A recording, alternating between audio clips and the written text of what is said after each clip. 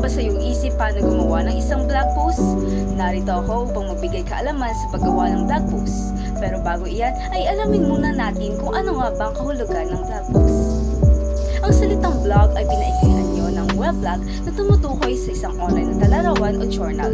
Ito'y naging popular na paraan upang maibahagi ng mga tao ang kanilang personal na saloobin sa pamamagitan ng mga nakasulat na entry sa internet.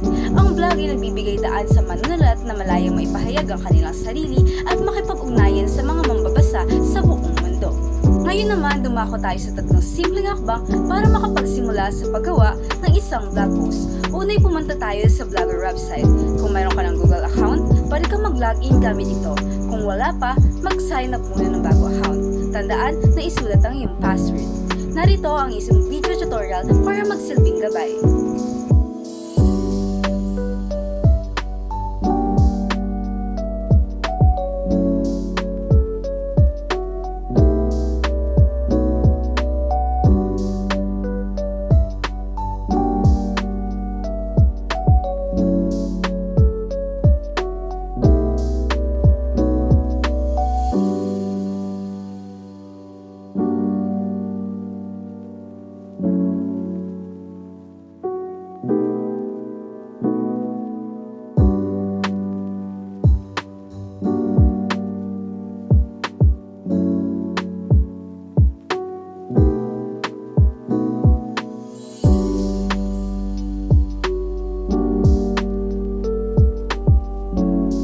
Ikalawang hakbang, kapag nakalogin ka na, magpunta ka sa Blogger dashboard. Dito, kailangan mong ilagay ang pangalan ng iyong blog, ang URL o web address nito, at ang display name na gusto mong makita ng mga mambabasa.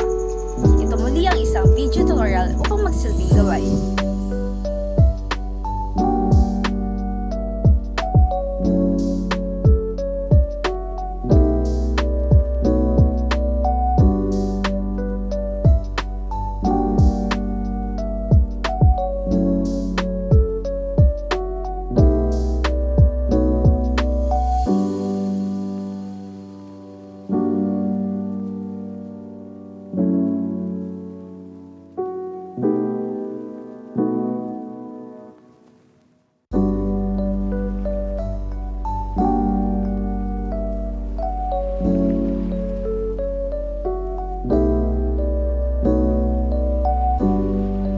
Para sa ikatlo at huling hakbang, kapag nasagutan mo na ang lahat, ay mapupunta ka sa homepage ng Blogger website.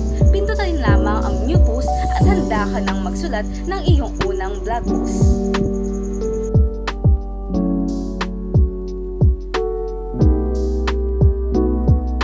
Ngayon naman ay dumako tayo sa ilang tips sa paggawa ng blog post. Ang unang gagawin mo sa paggawa ng blog ay ang pagpili ng paksa. May kinagigiliwang ka bang bagay o pinapangarap mo ngayon? O kung meron man, ito ay isa sa mga halimbawa na pwede mong gawing paksa para sa iyong blog.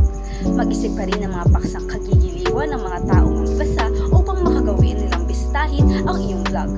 Pangalawa, kailangan nating pumili ng tamang blogging platform. May mga libre at may mga bayad na platforms. Mga halimbawa ng platforms ay ang Blogger, WordPress o Wix. Bawat platform ay may kanya-kanyang features at benefits. Para sa pangatlong tip, ang title ng iyong blog ay dapat nakakakuha agad ng atensyon ng tao. Madali lang, hindi ba? Ngayon, handa ka na bang ibahagi ang iyong mga kwento sa mundo sa pamamagitan ng blog post?